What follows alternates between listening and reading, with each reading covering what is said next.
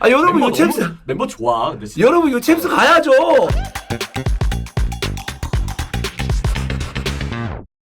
네 오늘 첼시 얘기를 해보려고 합니다. 첼시가 최근에 너무 잘 나가고 있습니다. 물론 지난 경기에 뭐 많은 골을 기록하긴 했지만 약간의 위기는 있었어요. 경기 내용을 봤을 때. 그래도 압도적인 힘을 보여주면서 승리를 거두면서 지금 계속 연승을 거듭하고 있습니다. 네, 선수들도 뭔가 이 연승에 대해서 느끼는 게 되게 많은 것 같아요. 어허. 근데 인터뷰가 좀 의미심장한데 네. 코릴이 이런 얘기를 했거든요.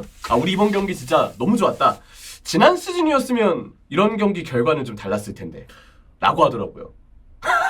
그러니까 지난 시즌이었으면은 어떤 좀 위기 상황이나 네. 여러 가지로 게임 내용이 네. 뭔가 좀 게임 내용을 좀 바꿔야 될 때 그렇게 하지 못하고 그죠? 무너지던가 어. 아 뭐 졌을 것이다. 네, 그런 이야기를 코릴이 그래요? 했는데 왜냐면 이런 이야기가 사실 그 선수들 끝나고 인터뷰하는 거 보면은 그런 뉘앙스 있잖아요. 약간 지난 시즌은 뭔가 좀 아쉬웠다. 뭔가 지난 시즌에 없었던 게 이번 시즌에 생겼다.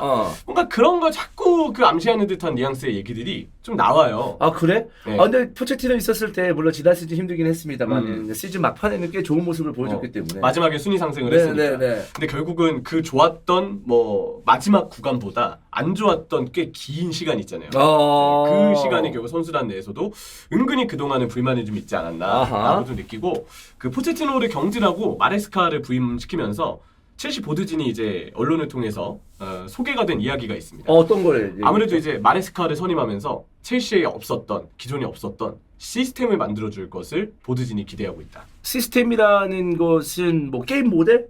그렇죠. 뭐 게임 어떤 모델. 그 첼시만이 이제 가져가야 될 색깔? 네. 뭐 이런 걸 얘기하는 건가요? 그렇죠. 그 어허. 공격의 방향성, 음흠. 경기에 대한 뭔가 확실한 컨셉 음흠. 이런 거를 마레스카는 만들어줄 것이라고 보드진이 기대했다고 하는데 이걸 바꿔 이야기하면 포체티노 때는 그런 게 확실히 좀 미미했었고 아 부족했다. 네, 그리고 마레스카는 지금 보드진이 선임할 때 기대했던 그런 시스템을 첼시에 지금까지는 잘 입혀놓고 있다고 우리가 평가할 수 있겠죠. 그러니까요. 그 진짜 첼시가 사실 멤버 자체는 유망한 선수들이 많아요. 그리고 이제 선수의 뎁스도 두텁다고 볼 수가 있습니다. 여러 그 포지션에서 선수들이 있기 때문에 또 이번 시즌에도 열심히 또 영입도 했고, 그렇죠. 네, 그렇기 때문에 저는 능력 자체 또 어떤 포텐셜, 뭐 잠재력 이런 것들은 굉장히 많이 있다고 보는데 과연 그 잠재력을 누가 깨워줄 것이냐라는 것인데 초반의 분위기를 봤을 때는 마레스카 감독이 그거를 좀 잘 하고 있다라는 얘기 아니겠습니까? 그렇죠. 네. 주전 선수들은 확실히 깨워진 것 같아요. 그 시스템에 의해서 주전 네. 선수들은 능력이 깨워진 것 같고 편의상 공격할 때의 기준인 변형 백스리를 기반으로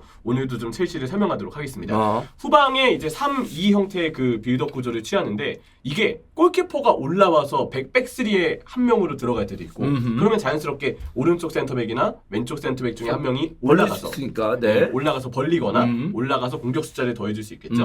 아니면 수비형 미드필더에 있던 뭐 쿠쿠레아나 아니면 카이세더 같은 선수 중에 한 명이 내려와서 변형 백스리를 이룰 때도 있고 네. 아니면 웨스트햄전이 또 이런 모습이 자주 나왔다고 저는 생각하는데 백스리의 좌우 센터백의 간격을 의도적으로 넓게 벌려서 요즘에 코릴 패스 길이 네. 진짜 잘 보거든요. 그래요? 네, 코릴 네. 선수가 진짜 왼발 패스 능력 좋은데 패스 길이 진짜 이 선수 시야가 남다른 것 같아요. 되게 번뜩이는 패스들을 코릴 선수가 많이 뿌려주고 네. 하지만 오른쪽 센터백의 귀스토 선수도 언제나 이제 위쪽으로 올라가서도 충분히 본인이 턴 동작을 통해서 바로 중앙으로 전지 패스를 뿌려주고 뭐 상황에 따라서는 본인이 또 공격 가담하는 것도 뭐 귀스토 선수는 또 무리가 없죠. 크리스토 선수는 나올 때마다 잘해요. 준수한 활약을 합니다. 그래서 이러한 후방 조합들을 바탕으로 이 백스리 3-2 형태의 그 빌드업 골자를 구성원이 되게 유연하게 바뀌거나 아니면 형태를 되게 유연하게 가져가거나 그런 식으로 이제 이 마레스카 감독이 경기마다 변화를 주고 있는데 가장 우려했던 뭐 빌드업의 어떤 유연성에 대해서 지금까지는 마레스카 감독이 굉장히 잘 여러 가지를 시도하는 모습을 좀 보여주고 있죠. 후방에서 그렇게 안정적인 모습과 뭐 확실히 알고 있는 어떤 그런 움직임들을 인지하고 있으면 앞쪽에 있는 미드필더진까지 볼을 받기가 편해지니까. 선발로 뛰는 선수들은 이렇게 든든할 수가 없어요.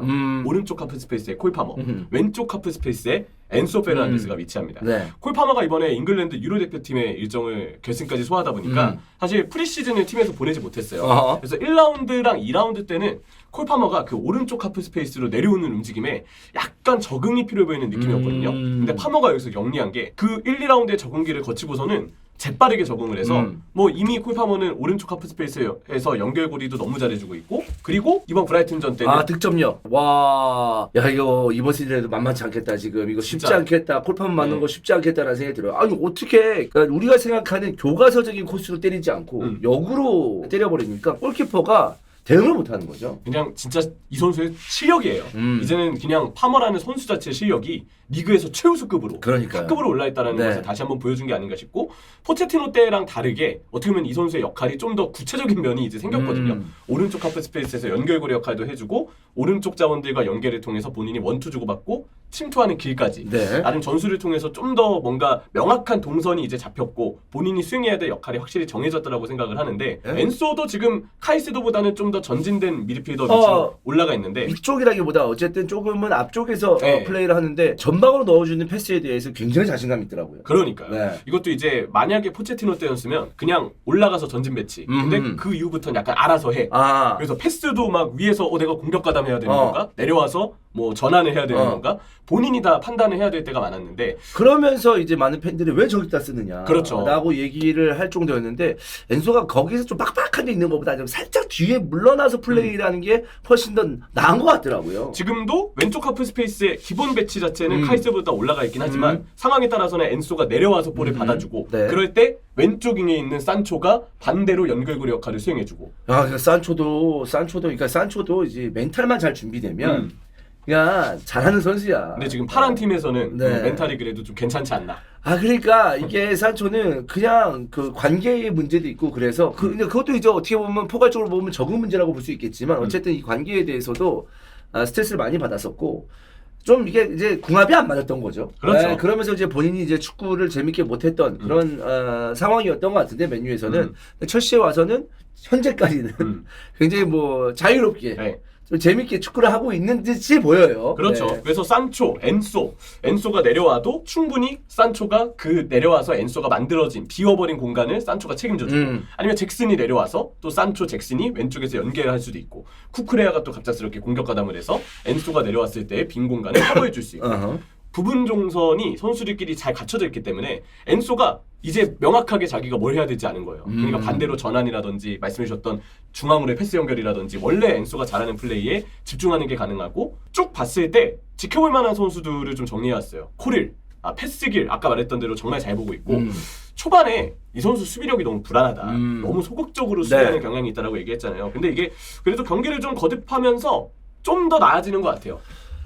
나아지겠죠. 그리고 이 선수의 나이를 감안했을 때는 더욱더 무서운 선수로 발전할 수 있는 가능성이 있습니다. 21살의 중앙 수비수. 물론 요즘 뭐 여기저기에서 어린 선수들이 많이 튀어나오고 있지만 21살 중앙 수비수 이거 쉽지 않습니다. 정체성이 그렇죠. 좋죠. 프리미어리그에서 이 어린 선수가 주전으로 중앙 수비 포지션에서 뛴다라고 봤을 때는 굉장히 큰 압박감을 잘 이겨내고 있는 거고 앞으로가 더욱더 기대가 되는 선수라고 볼 수가 있어요. 그렇죠. 네. 카이세도 그냥 카이세도 만능입니다. 그렇죠. 아무래도 첼시가 라인을 좀 올리는 공격 시에는 라인이 좀 올라가잖아요. 백스리의 라인이 이제 후방에서부터 볼을 배급해야 되기 때문에 그럴 때 순간적으로 프리미어리그 팀들이 보통 강팀 만날 때 라인 내려서 수비 많이 하다가 롱볼로 역습 많이 나가지 그렇죠. 않습니까? 근데 만약에 여기서 롱볼을 내줘요. 그럼 첼시 수비진이 그 롱볼 때문에 아래로 좀 내려가서 수비를 하게 되면 수비가 내려가는데 미드필더랑 공격수들은 위쪽에 가담을 해 있어요. 순간적으로 상대가 롱볼을 보내면 수비와 미드필더 사이 그 간격이 벌어질 때가 발생하는데 그 넓은 공간은 카이세도가 있기 때문에 첼시가 별다른 걱정 없이 미드필더에서 1차적으로 저지할 수 있겠지. 그렇게 생각을 할 수가 있는 거죠. 워낙에 카이세도가 잘 쓸어 담아주니까. 카이세도는 진짜 별로 단점이 나오진 않죠. 그렇죠. 플레이를 보면. 네. 산초랑 잭슨은 어떤가요? 우리 주원이 형의 표정학으로 좀 봤을 때는. 잭슨은 네. 사실 이번 시즌의 초반은 너무 좋죠. 이런 식으로 이제 연계도 해주고 또 이타적인 플레이도 가끔씩 보여주면서 다른 선수의 골도 유도하려고 하는 노력도 좋고 움직임 자체 성실하고 단지 나는 잭슨은 약간 웃음벨이긴 한데 잭슨에게 오는 그런 건 있는 것 같아요. 웃음이 왜 나오냐? 애가 그 폼이나 이런 게 약간 좀 흐물흐물해서 약간 맞아. 오히려 더 그렇게 보이는 것 같아. 근데 사실 플레이 내용을 쪼개서 본다면은 저는 뭐 너무나 좋은 모습을 보여주고 있다고 봅니다. 근데 간간히 나오는 뭐랄까 이게 슈팅이야 뭐야 뭐 이런 것들 있잖아. 있죠, 그러니까 있죠. 파괴력 우리가 생각하는 최전방의 어떤 스트라이커로서 최전방에서 뛰고 있는 선수들을 봤을 때 예상하는 어떤 그 기대하는 어떤 그 비주얼이나 그 모습들 있잖아. 네. 근데 그런 게 파괴력이 부족하다 보니까 너무 비실비실해 약간 이런 느낌으로 이제 잭슨을 보면서 막 잭슨 잘하냐 못하냐 하면서 막 웃곤 하는데 전체적인 어떤 그 스탯 내지는 팀에 대한 기여도 이런 거는 저는 지금 굉장히 높다고 봅니다. 그리고 산초는 뭐 연계나 볼 간수 이런 거 봤을 때 역할은 진짜 지금 잘 맞는 것 같아요. 산초는 그렇게 자유롭게 공격에 놔두면 팀에 큰 도움이 될 것 같아요. 기술이 워낙 좋으니까. 그러니까. 근데 이제 불안함은 있죠. 얘가 또 이제 사실 산초가 멘탈이 뭐 강한 선수다. 아니면 애티튜드가 굉장히 좀 좋은 선수다라고 이제 평가를 지금까지는 할 수도 없잖아요. 맨유 때 그 일이 있었으니까. 근데 이제 만약에 마레스카 감독과 궁합이 잘 맞고 계속 이런 식의 모습, 그러니까 적당한 어떤 그 평온함, 멘탈적인 평온함만 잘 유지한다면 저는 이제 탑급 활약을 해줄 수 있는 선수라고 봅니다. 하지만 뭐 좁은 지역에서의 스킬이나 이런 것들은 충분히 산초에게 기대할 수 있으니까. 네. 앞으로 어떻게 보시나요, 첼시?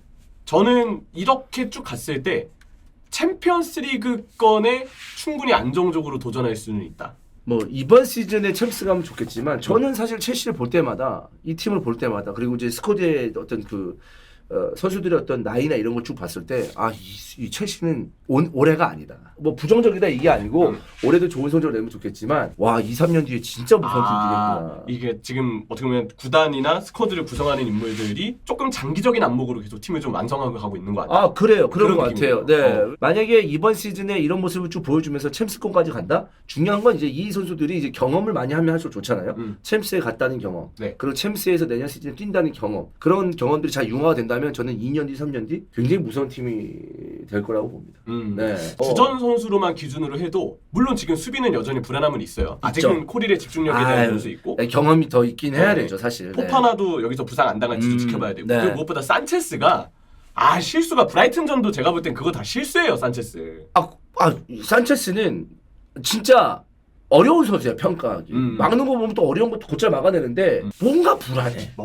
그래서 확실하게 너는 우리 팀의 영원한 넘버원 골키퍼야 라고 뭔가 이제 그 뭐 자기를 주기에는 아쉬워. 아니면 다른 골키퍼가 있던지 난 그래야 되지 않을까라는 생각이에요. 상대가 이제 그 오른발 쪽으로만 패스기를 제한해서 주잖아요. 견제를 하면 그러면 약간 산체스가 그렇게 압박을 받았을 때 순간적으로 그 의존하는 오른발로 내리는 패스 선택지의 결정이 썩 안 좋아요. 그러니까 패스 선택지가 좀 애매하게 결정되다 보니까 오히려 볼이 패스가 가는 쪽이 되려 그 받는 선수 입장에서 동료한테 되게 압박 빡세게 받고 있는데 근데 그쪽으로 패스를 주는 경우들이 생기는 거죠. 네. 그리고 그 오른발로 패스 길이 강제되다 보니까 거의 오른발로만 패스를 하니까 그러면 자연스럽게 포파나 쪽으로 좀 패스가 많이 가거든요. 근데 그 볼을 넘겨받는 포파나도 제가 느끼기에는 압박받았을 때 포파나도 불안해요. 그래서 산체스 압박받아, 포파나 압박받아. 그래서 포파나가 다시 산체스에게 줘. 그럼 그 산체스가 오른발로 처리해. 그거는 거의 한 90%의 확률로 실수가 나오거든요. 그래서 이런 장면들이 경기마다 좀 있어요, 첼시가. 그렇지. 그래서 주전 선수들 기준으로 했을 때는 수비는 여전히 좀 불안함이 있고 빌드업도 실수가 있다. 근데 그걸 공격의 체급으로 찍어 누르는 건 이제 얼마든지 주전 기준으로는 가능한 팀이 된다. 일정이 빡빡해지면 결국은 백업들이 뭔가를 해줘야 되는데 잘해줘야죠. 네, 근데 첼시는 그 아까 디사시, 바디아실, 미드필더에 아직 폼 안 올라온 듀스버리올, 뭐 추쿠메카, 카사데이 이런 선수들이 과연 그 일정 왜냐면 프리미어리그는 뒤에서 칼을 잘 갈고 있지 않을까요? 라고 생각하고 싶은데 아직은 모르겠어요. 그래요?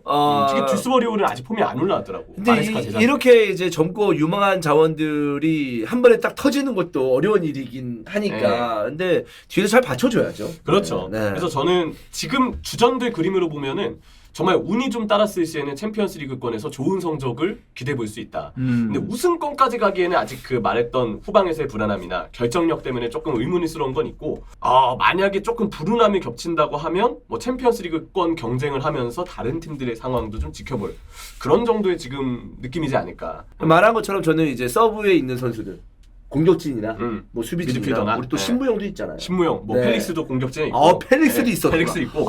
진짜. 그래서 은쿤쿠도 있어요. 은쿤쿠. 지공 상황의 결정력은 제가 볼 때 은쿤쿠가 앞으로. 챔스 가야 되겠다. 여러분 이 챔스 멤버 좋아. 근데 여러분 이 챔스 가야죠. 가야죠. 신무용만 난 생각했어. 네, 근데 은쿤쿠에다가 펠릭스에다가 와 네트도 있고 윙에. 아 맞다 네트 와 뭐야? 오늘 오른쪽인 얘기를 안 했네요. 마두에케도 있고. 아 마두에케 있고 와 무조건 챔스 가야 되네요. 그러니까요. 맨유나 토트넘이 지금 조금 어려운 시간을 보내고 특히 맨유는 많이 어려워하죠. 토트넘은 그래도 포스테코글루가 결과를 내고 있지만 아 이거 챔스 가야 돼. 불안 요소가 있습니다. 야 토트넘 맨유 비교하고 또 스쿼드 비교하면 야 이거 챔스 가야지. 아유 진짜 지난 시즌 첼시 팬들도 진짜 얼마나 답답했을까 진짜. 이 멤버들이 아예 없었던 건 아니었잖아. 사실 물론 새롭게 이번 시즌 영입된 선수도 있지만 와 무조건 챔스 가야 되네요. 그러니까요. 제가 뭐 이제 뭐 내년 내후년 더 기대가 된다라고 했는데 일단 이 멤버로 챔스는 가는 걸로. 네. 네 그렇게 하겠습니다. 네.